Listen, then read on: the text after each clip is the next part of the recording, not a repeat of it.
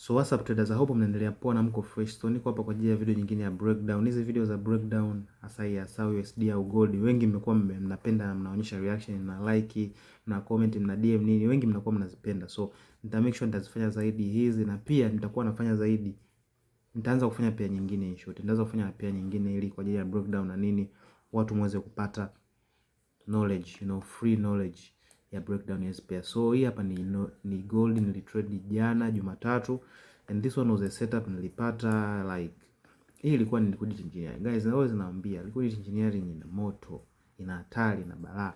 Lakini kwa knowledge nyingine tu ya kawaida, hii ni downtrend, this is a downtrend. So ikiwa ni downtrend, unajua hivi hapa we need to find a selling opportunity. Kama basi hata una knowledge hiyo ya liquidity engineering, hapa unajua hivi hapa kuna shift. This is the downtrend. See?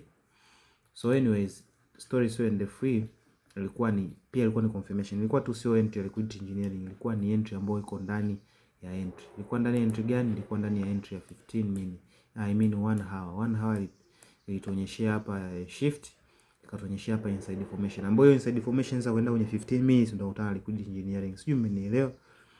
Anyways, ilikuwa ni shift, ikawa ni inside formation ambayo ni hii hapa inside formation. Hiki structure hiki kama hiki viki ndio inside formation, alafu ikaja ikachukua entry ambayo liquidity engineering yetu iko hapa katikati ikasell. Lakini pia refine, hatukuchukua kama ilivyo kwa sababu ilikuwa ina stop loss kubwa.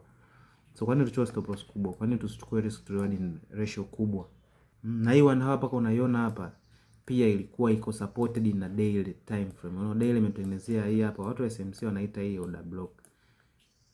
Lakini sisi tunaita area of liquidity. See? Ilitengenezea area of liquidity daily, ambapo kwenye time frame coordination ukienda kwenye 1 hour ambapo ndo zina coordinate na 1 day, utakutana na hiyo shift hapo, umeona shift afu inside formation.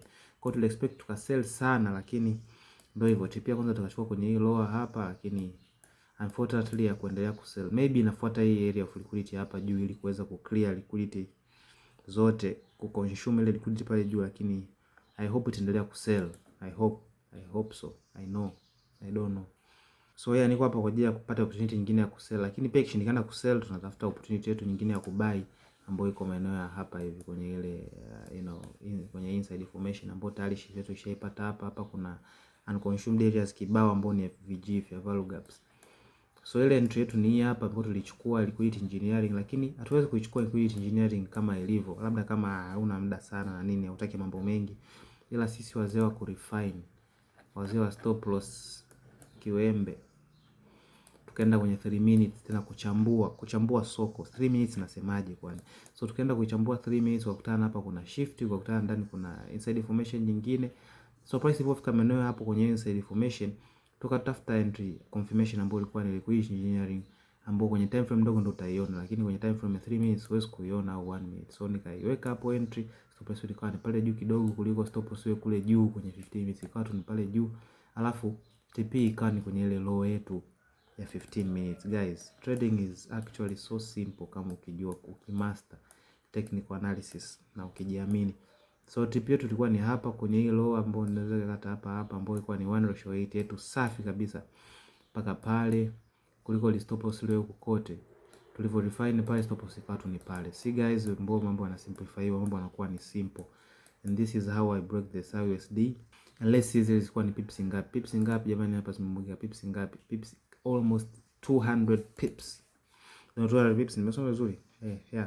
200 pips with 8, and this is Kasi Dollar. Make sure una follow, una like, una share kwa ajili ya traders wengine pia waweze kupata knowledge, and see you in the next video.